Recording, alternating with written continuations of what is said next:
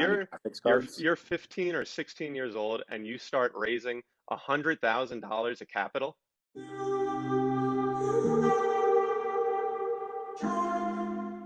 Welcome to the Incubator interview. We have JP Barrick. JP is the CEO of Mining Store, which is one of the biggest crypto mining companies in the world. And he's been in the crypto industry since 2011. And did I mention he's only 23 years old? Now, for everybody watching, how did you get into mining? Sure. So I got into mining when I was a freshman in high school. So I found out about Bitcoin. I was reading a TechCrunch article and I was like, wow, this technology is going to change the world. I think this is a huge opportunity. And I was like selling computers on Craigslist. So I would take these computers, I'd build them, and I would just sell them to people that wanted to buy them, a couple $100s. And with that computer knowledge, I was like, okay, I can get into mining. So went on eBay, bought a couple graphics cards, and that was like right before the price of graphics cards started going up, because so I had like 10 graphics cards at that point. And I was like making money, paying my power bill like every month to my parents.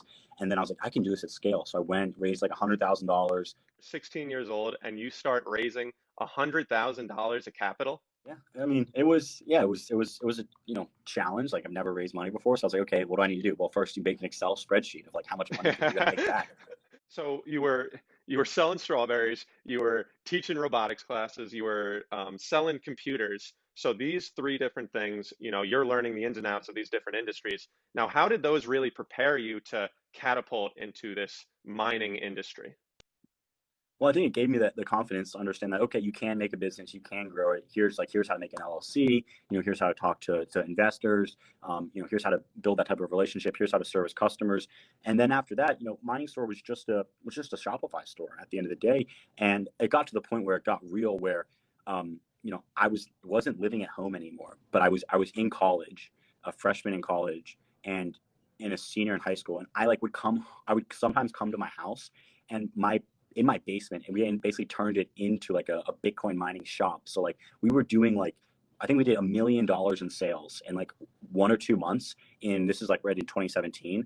And all of my friends are down there like building mining machines for me. Like literally, like we ended up, I installed like a whole new service into my house for power, and ended up like running power down to a shed in my backyard and built like a mini data center down there. And we were like testing machines, Are your shipping them out parents all across the are your US. parents like, JP, what the hell? Like, if my parents barely know what Bitcoin is now, and like I can't imagine whatever the year this was. Like they're like, JP, what the hell is going on in our basement? Is this legal? Like, what is this? Well, I mean, they knew like what I was doing. I asked them, and it was legal, and it was like great to keep my overhead down. But I mean, it was unreal. Like, yeah, like eight of my friends, like I hired them, and I had like someone managing them. So like I wasn't even there. Like most of the You days, had a like security guy at the door, like checking IDs, like exactly. not letting your parents into the basement. They're like, who do you know here? It's like, this is my house.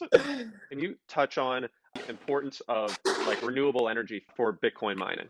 Yeah. So for us, we're focused on using clean energy, and the nice thing about our energy usage, or kind of our usage patterns, is the fact that since we're always using power consistently, we will turn off our Bitcoin mining units when they need us to give the power back to them.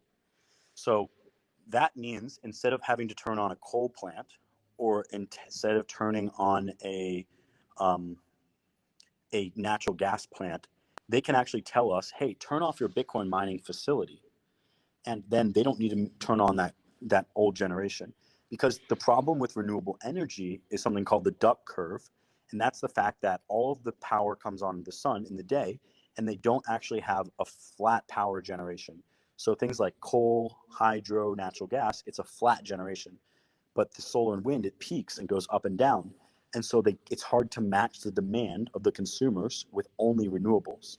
So for us, we provide them almost like a guaranteed consumption rate.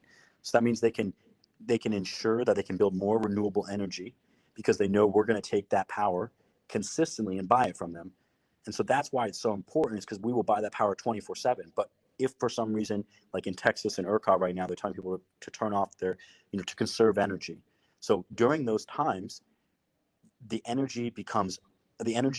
those times, energy is scarce and it's expensive.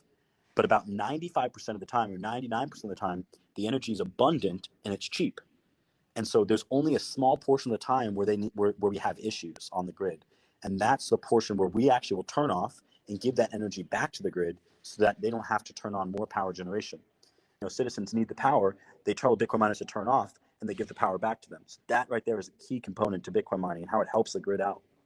And that El Salvador example where they're using geothermal energy, if it wasn't for Bitcoin miners, that facility probably never gets built. And as a result, Exactly. the energy that's produced from this renewable energy for the actual community or whatever, which would have traditionally been fossil fuels, can now be geothermal and it can be profitable for them to actually have this facility. But without Bitcoin mining, that never gets built. 100% right.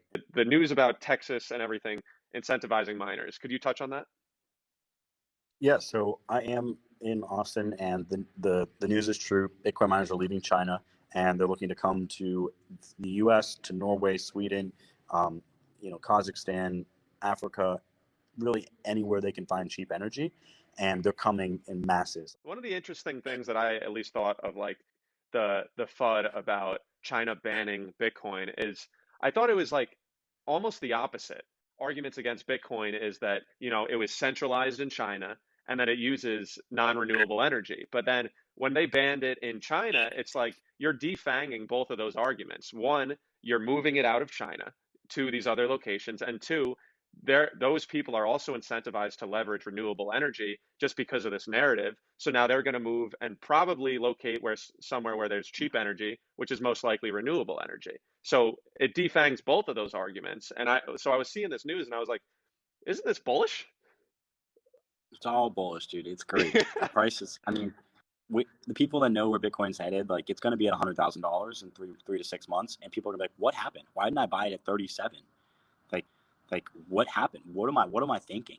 Right? But that's where we're going, and that's how fast this is growing. So the concern is like we always need something to complain about, and Bitcoin mining's energy usage has been something great to blame. But as I mentioned, the energy companies and the energy generation products that have the lowest cost power are the ones that don't use any fuel. Like that's common sense. If you don't use fuel, you have no costs. You only have the cost of your capital. Okay. So and by the way, right, no one can go to these places because no one's using the power, or these places where the power is getting put up. So Bitcoin miners have every incentive to go there because it's the cheapest power, and 80% of our cost is energy. And we are location agnostic because we just run servers. We don't need to build populations and data and have a city. And so at the end of the day, it's 100% bullish.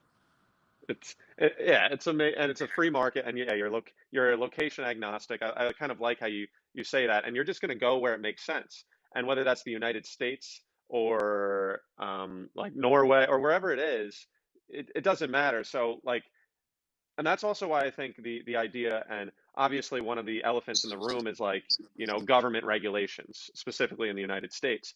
And I always just think like, sure, that could happen. But Bitcoin and crypto, it's more resilient than the United States. I know we like to think that we're the center of the world, but that's just not the case. Like it's just not true. And you see El Salvador, like, embracing Bitcoin, and countries are realizing that there's the potential for money to flow to our country if we incentivize these businesses to come. So if you're a country with like a small GDP or whatever it may be, you're like, come on in.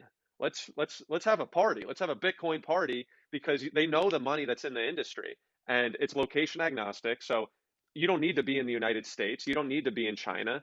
Like, and so the resiliency will be across the globe, and somebody will embrace Bitcoin, and we're seeing it. There's a lot of countries that are going to, and like Panama just had something that they want to make Bitcoin legal tender. El Salvador opened the gate to a conversation that the World Bank and that the powers to be in the United States never wanted to happen, because Bitcoin is freedom.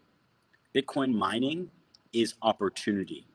Bitcoin mining energy usage is good for society. Stable grids build GDP, build value. So how do I know JP? So I know JP through Zach, who you mentioned him a little bit. You were doing your basement shenanigans with him. He came in once we had a warehouse, but Oh, yeah, so he's not day one, he's day two. you can say that, yeah. So I'm in Austin, Texas, and we had a late night, and I go to like a halal truck stand. I don't know if I told you this story, but so I go to a halal truck, and my one buddy, he's chirping up a storm, and he's like, "Oh, you're talking about crypto? You got to talk to my boy Austin." So it's me. I'm like, Jesus, what am I getting into? And then from across like the food hall, somebody else was like, "Oh, you got to talk to my boy Zach." So I like look, and immediately it's like, huh, who is this guy? It's like a dick swinging contest. I'm like, who's more crypto? Like, and then I'm like, at this, I was like, I start talking to him, and like I'm like, who is this guy? Like whatever. And then I realized that I was like, oh shit. And then we start talking, and then like, oh wow, like this guy's so much more legit than me. I got to talk to him. And it was like all at like at 2 a.m. in the morning, getting a halal truck, which was phenomenal in Austin, Texas. And I was like, this is great. This is Bitcoin.